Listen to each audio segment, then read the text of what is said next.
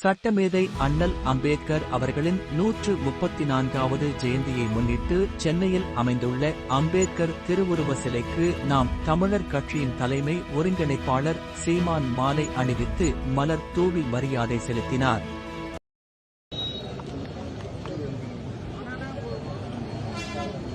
அறிவை தேடி ஓடுங்கள். நாளைய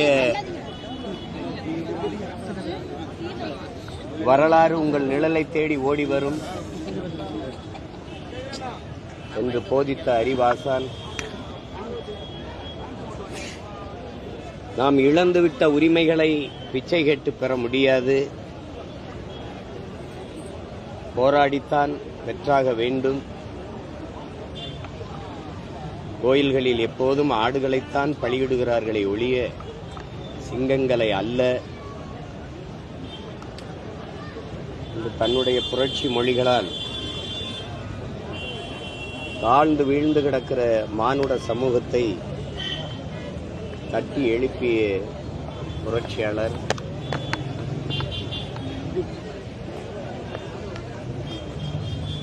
ஆயிரம் ஆண்டுகள் நாம் அடிமையாக வாழ்வதை விட ஒரு நொடியேனும் சுதந்திரமாக வீரமாக வாழ்ந்து சாவது மேலானது என்று உரிமை இழந்து அடிமைப்பட்டு கிடக்கிற சமூகங்களுக்கெல்லாம் உணர்வு சூடேற்றி உசிப்பிய புரட்சியாளர்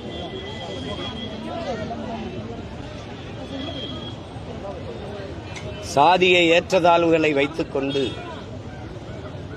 சமூக மேம்பாடு சமூக முன்னேற்றம் என்று பேசுவதெல்லாம்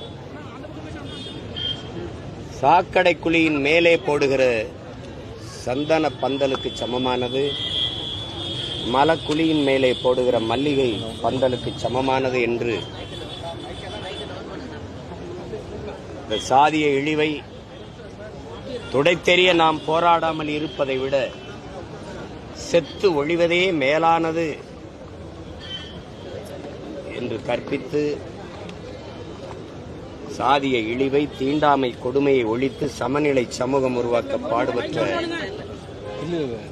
சமத்துவ நாயகன்,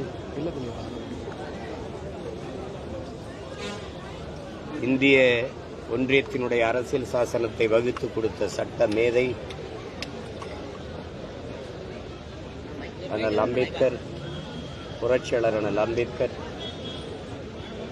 மக்களுக்காக போராடுகிறவன் தலைவன்,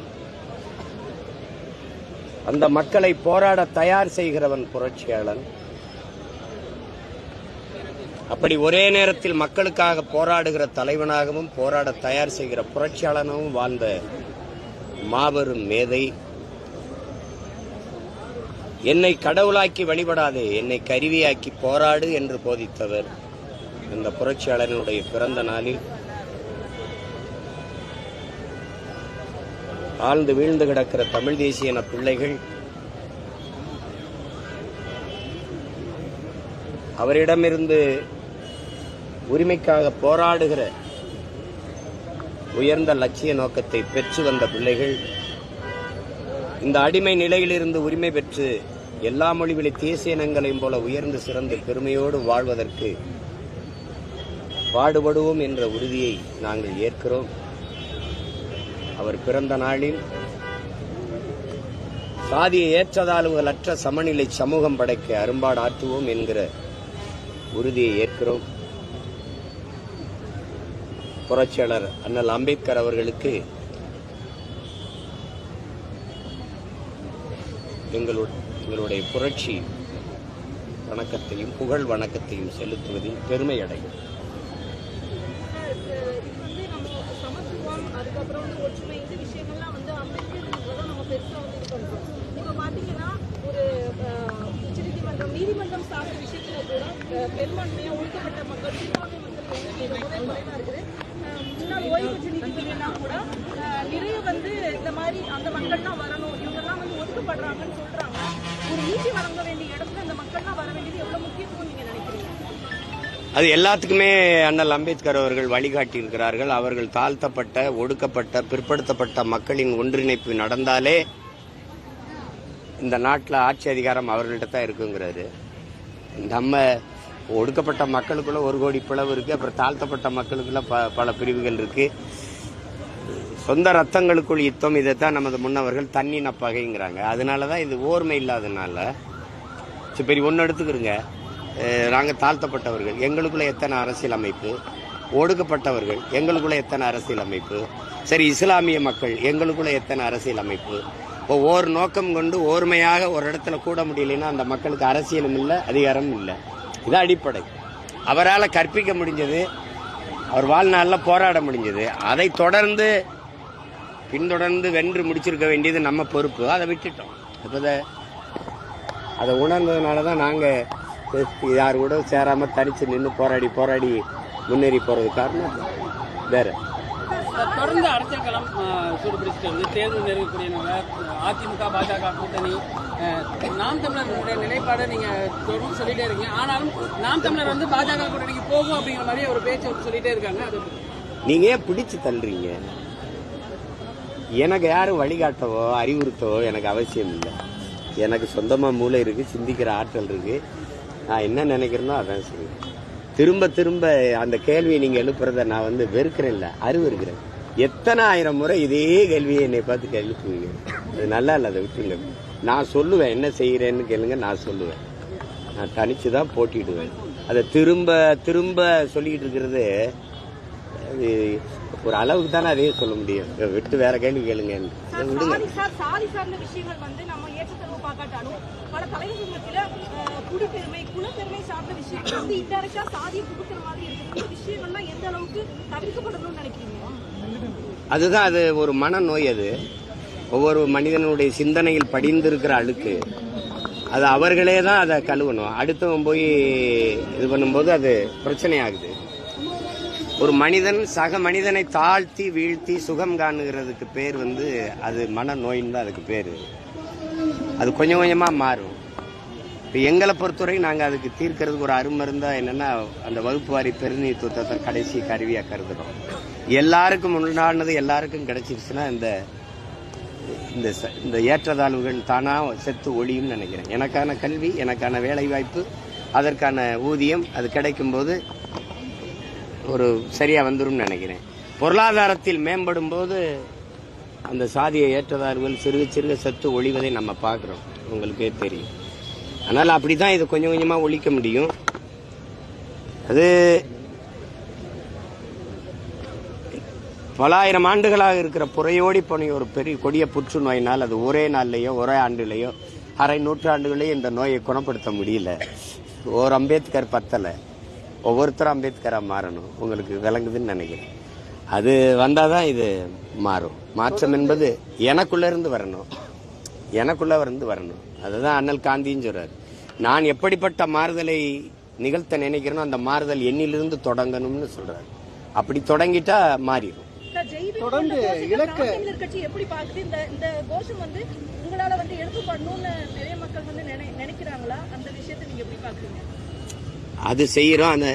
அதையே தமிழ் படுத்தி முழக்கமிடணும் நாங்க விரும்புவோம். உங்களுக்கு புரியுதுன்னு நினைக்கிறேன். அது தலித்துங்கிறது எந்த மொழி சொல்லணும் உங்களால சொல்ல முடியுமா?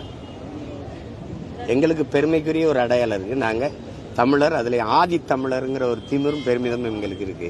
அப்ப அந்த அடையாளத்துல இருக்கிறத நாங்க விரும்புவோம். சும்மா யாதவ், தலித்து, யாதவ்னா எந்த யாதவ்? பீகார் யாதவா இல்ல உத்தரப்பிரதேச யாதவா? பல பிரச்சனைகள் இருக்கு. அதனால நான் கோன் என்று சொல்லிக்கிறதா நான் பெருமைப்படுவேன். நான் ஆதி தமிழன் என்று சொல்லிக்கிறதா பெருமைப்படுவேன். ஜெய்பீம்னு முழங்குறதுல எனக்கு ஒரு சிறுமையும் கிடையாது, பல மடங்கு பெருமை தான். அதே தம்பி எல்லாம் இப்போ ஜெய்பீம்னு சொல்லும்போது நாங்கள் திருப்பி ஜெய்பீம்னு முழங்க தான் செய்யறோம். அதை நாங்க ஒரு வடி மேல போய் தமிழ் படுத்தி முழங்குவோம், அவ்வளவுதான். தொடர்ந்து தனித்தனியா போட்டிடுவோம். பேச்சு பெரிய வைரல் ஆயிட்டு, சீமான் கம்பேக் கொடுத்திருக்காரு அப்படிங்கிற மாதிரியான தகவல்லாம் பேசப்பட்டு வருது. எங்க போயிருந்தேன்? கம்பேக் இதுதான் இருக்கு. வேற தொடர்ந்து நாங்க தனிச்சுதான் போட்டிடுவோம் அப்படின்னு சொல்றீங்க. ஒரு இலக்கை நீங்க நிர்ணயிச்சு அதை தொடர்ந்து பயணிக்கிறீங்க. இந்த அதிகாரத்தை எப்போ அடைவீங்க? இலக்கை அது உங்களுக்கு சொல்றேனே, இழந்து விட்ட உங்களுக்கு அண்ணல் அம்பேத்கர் தான்.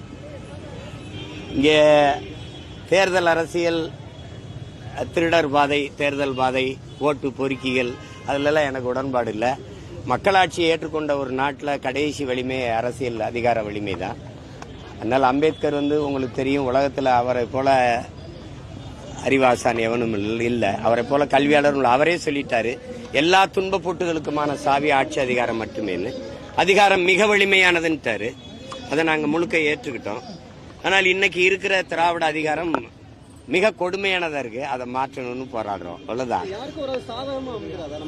அதெல்லாம் அமையாது. நீங்க ஓட்டை பிரிக்கிறாருன்னா நீங்க என்ன, ஏன் கூரை வீடு இல்லையா உங்க வீடு, கூரையை பிரிக்கிறேன்னு சொல்ல மாட்டீங்களா? இதெல்லாம் பைத்தியக்காரன். அவர் ஓட்டை இவர் பிரிப்பாரு, இவர் ஓட்டை அவர் பிரிப்பாரு. நீ அவ்வளவு பலகீனமா இருக்கியா? உன் ஓட்டை நான் பிரிக்கிறேன்னா நீங்க பலகீனமா இருக்கீங்களா? அவ்வளவு வலுவிழந்து இருக்கீங்களா? அப்படி பேசக்கூடாது, அப்படி பேசக்கூடாது. எங்களுக்கு ஒரு கோட்பாடு இருக்கு, ஒரு நோக்கம் இருக்கு. நீங்க திரும்ப திரும்ப சொல்றீங்க ஊழலை ஒழிக்கணும்னு எல்லாரும் சொல்றீங்க. யாரோட சேர்ந்து ஒழிக்கலாம்? மதுக்கடையை மூடணுங்கிறீங்க, யாரோட சேர்ந்து மூடலாம்? மது ஆலைகள் வச்சிருக்க உரிமையாளர்களோட சேர்ந்து மதுவை முடிவில. இந்த மாதிரி வேலைகளை எல்லாம் பேசிட்டே திருப்பி திருப்பி பேசிட்டு கூடாது. என்னையும் சேர்த்துக்கொண்டு இந்த சாக்கடைகளை தள்ளுறதுல நீங்க எல்லாரும் பேரார்வம் கொண்டு இருக்கிறீங்க. நான் அது எங்க விருப்பம். நான் தற்காலிக தோல்விக்காக நிரந்தர வெற்றியை இழக்க தயாராக இல்லை. என்னுடைய பயணம் என் கால்களை நம்பிதான், எங்களின் பயணம் எங்கள் கால்களை நம்பிதான். அடுத்தவருடைய கால்களையோ தோள்களை நம்பி எங்கள் லட்சிய பயணம் இல்லை. ஏன்னா அடுத்தவர் கால்களை நம்பி நான் பயணித்தால் அது அவர் நினைக்கிற இடத்துக்கு போக ஒழிய என் கனவை சுமந்து போகாது. அதனால அதை விட்டுருங்க, வேற ஏதாவது கேளுங்க. தமிழ்நாட்டுக்கு இந்த அமித்ஷா தமிழ்நாட்டில் 39,000 கோடி நடந்திருக்குன்னு சொல்லியிருந்தாரு. எதிர்த்து முதலமைச்சர் தமிழ்நாட்டுக்கு எங்க மாநிலத்திலேயே 39,000 கோடி நடந்திருக்குன்னு சொல்லியிருக்காங்க. கண்டனங்கள்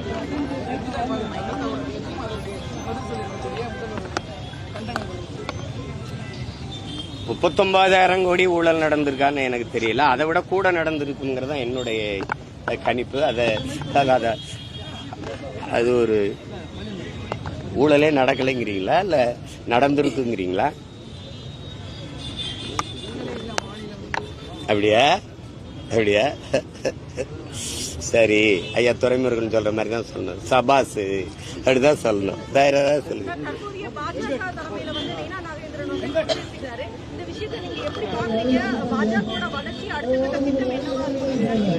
இல்ல ஒரு கட்சி, அவங்க ஒரு கட்சி, நாட்டை ஆண்டு கொண்டிருக்கிற கட்சி, பல மாநிலங்கள்ல அதிகாரத்தை செலுத்துகிற கட்சி.